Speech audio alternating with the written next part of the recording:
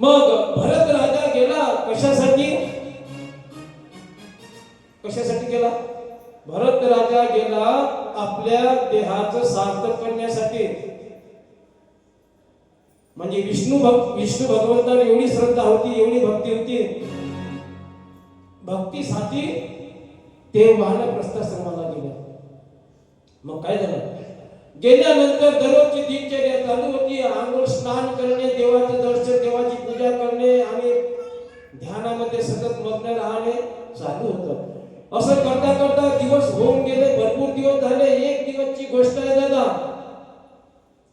एका हरणाच्या गर्भवती हरण त्या गर्भवती हरणाच्या मागे एक वाघ लागला होता आणि तो वाघ त्याच्या मागे लागले असल्यामुळं ते सैरा आपला जीव आणि आपल्या बाळाचा जीव वाचण्यासाठी धडपड करत होती. परंतु गर्भवती असल्यामुळं तिला कमी धावता येत होतं, म्हणून ती नदीत ज्यावेळेस छलांग घेतली, पाणी एवढं मोठं होतं, त्या नदीतून तिला धावता येत नव्हतं. खूप दमलेली होती. अशा अवस्थेमध्ये तिचा जो गर्भ आहे तो पाण्यामध्ये पडला. प्रसूत झाली ती पाण्यामध्ये त्या वेदनेनं. जसही तो गर्भ पडल्या नंतर इकडे जे स्नान करून राहिले होते एक कोण? भरत राजा. तर हे भरत राजा स्नान करत असताना तो गर्भ पाण्यामध्ये पडला. अरे हे पाळस, हरणाचं पाळस आता हे मृत्यू पावेल, मरून जाईल, म्हणून त्या धाकानं हा गेला आणि त्या पाळसाला धरलं, उचललं, नदीच्या काठी आणलं. लहान पिलं, त्याला दुधाची आवश्यकता, आई पळून गेली आपल्या जीवाच्या धाकानं आणि हे तिथं राहिलं. याने घेतलं आणि याचं पोषण काय कसं करावं म्हणून याला झाडाचे पत्ते, जे कवळे पत्ते होते, ते कवळे पत्ते याला खाऊ घातले. असं करता करता मग त्याला दूध तर नव्हतंच ना, थोडे झाडाचे पत्ते त्याला खाऊ घातले. ते थोडं मोठं होत गेलं. झालं काय? आता याची जी प्रीती होती बघा, याची जी प्रीती होती भरत राजाची, ही प्रीती कोणावर जास्त झाला लागली? ज्याच्यासाठी हा भरत वनामध्ये गेला होता त्याची भक्ती. कारण प्रेम दोन इकडे सारखं लागत नाही. प्रेम दोन इकडे सारखं लागत नाही. एका इकडे कमी जास्त असू शकते. दोन मुलं जर असेल तुम्हाला, एक मोठा आणि एक लहान, सर्वात जास्त प्रेम कोणावर असते तुमचं? हा कोणावर? लहानावर. बरोबर आहे. मग कसं दोन इकडे प्रेम सारखं राहत नाही. एका इकडे थोडं कमी करायला लागते, एका इकडे जास्त असते. लहानावर जास्त असते, मोठ्यावर कमी असते, नाही का? मग तसं भगवंतावरचं प्रेम थोडं कमी झालं आणि हरणाच्या पाळसामध्ये त्याचं प्रेम वाढलं. हरणाच्या पाळसामध्ये जसे प्रेम वाढलं, मग उठता बसता त्याला हरण भगवंताचं नामस्मरण विसरून गेला. सतत त्याचे चिंतन करायचं. माझं हरणाचं पाळस ते मोठं झालं होतं, त्याला उड्या मारता येत होत्या, उडत होतं, जात होतं इकडे तिकडे. एक दिवसची गोष्ट आहे दादा. जिकडे ज्याच्यासाठी गेला त्याला विलमुख झाला, तिथून तो मुक्त झाला. तिथं त्याचं लक्ष कमी झालं. हरणाच्या पाळसामध्ये त्याचं मन जास्त लागलं. मग असं करत असताना एक दिवस तिथून हरणाचा कळप जात होता त्याच्या कुटीपासून.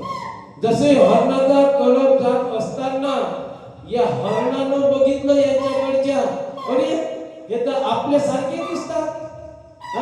हा आपल्यासारखा नाही. हा 2 पायावर आहे, आपण 4 पायावर आहे, 4 पाया. हा आपला सोबती नाही.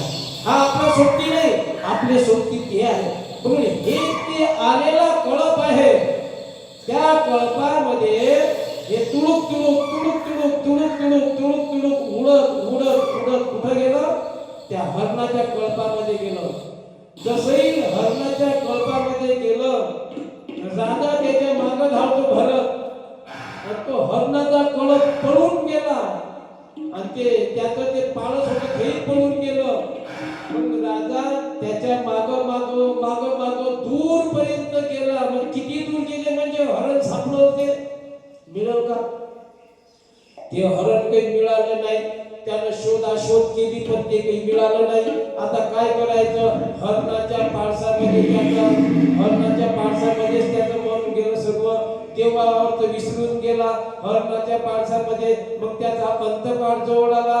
अंतकाळ जवळ आल्यानंतर आता एक दिवस त्याचा मृत्यू व्हाव. त्याच दिवशी नाही का त्याची वासना नाही का त्याच्यामध्ये होती. त्याचा मृत्यू झाला आणि मृत्यू झाला त्यावेळेस त्याची वासना कशाची होती बघा. नाथ महाराज म्हणतात जन्म घेणे लागे वासनेच्या संगे. जन्म घेणे लागे वासनेच्या संगे. जन्म घेणे लागे वासनेच्या संगे. जन्म हे वासनेच्या संगे आहे. आणि म्हणून जशी ज्याची वासना तशी पूर्वी नारायण. जन्म घेणे लागे वासनेच्या संगे त्याची झाली आहे हरिरूप.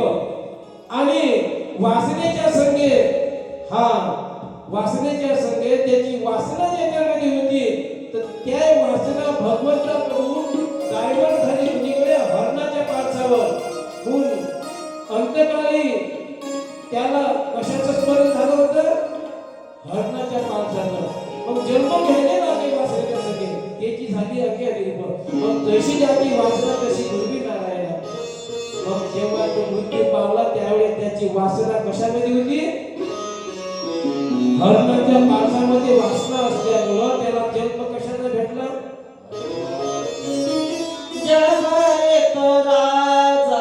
आवाज खोलून दे.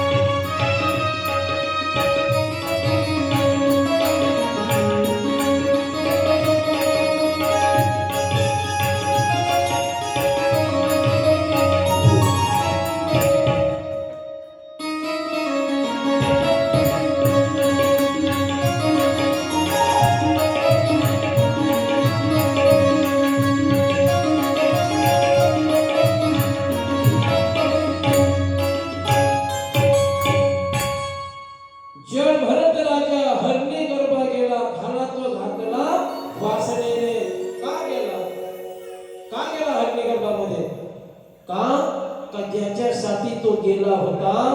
जी भक्ती त्याला करायची होती ती भक्ती वंचित झाला. त्याच्यावरचं लक्ष देवावरचं लक्ष एक संसार सोडून तिथे गेला होता. पुन्हा संसारामध्ये लागला आणि मरण्याच्या वेळी ज्याची जशी वासना तशी पूर्वी नारायण. ज्याच्यामध्ये मरण्याच्या वेळेस तुमचं पण त्याचं हे उदाहरण तुमच्यासाठी आहे, कथा तुमच्यासाठी आहे. कथा ह्या जीवनाच्या व्यथा संपवण्यासाठी कथा आहे. ह्या जीवनाच्या व्यथा संपवण्यासाठी कथा आहे. म्हणून त्यासाठी भागवत कथा ही. तो गेला कशासाठी होता ते विसरून गेला आणि तो लागला कोण्या मार्गाला, जे सोडून आलं होतं त्याच्याच मार्गी लागल्यामुळं त्याला एकदा चुकलिया चुकत जाते. मग सावरे ना काही केल्या ते इंद्रिया वळण तैसेचे लागते, तैसेच होते जन्मभरी. एकदा जर चुकलं माणसाचं दादा चुकत जात. ती गाडी रस्त्यावर येत नाही कधी. मग एकदा त्या भरताचं चुकलं, त्या एका चुकीसाठी 3 जन्म घ्यावे लागले त्याला. किती? 3 जन्म घ्यावे लागले. जड भरत राजा हरणी घरवा गेला आणि झाला तो घातला वासनेने. वासना त्याची त्या पारसामध्ये होती आणि म्हणून त्याला त्याचा जन्म मिळाला. तुमचा सुद्धा पण तुम्ही मरताना आपण जो कोणी मरत असेल त्याची इच्छा ज्याच्यामध्ये असेल, ज्याची वासना ज्याच्यामध्ये असेल, म्हणून भगवंताची त्यावेळेस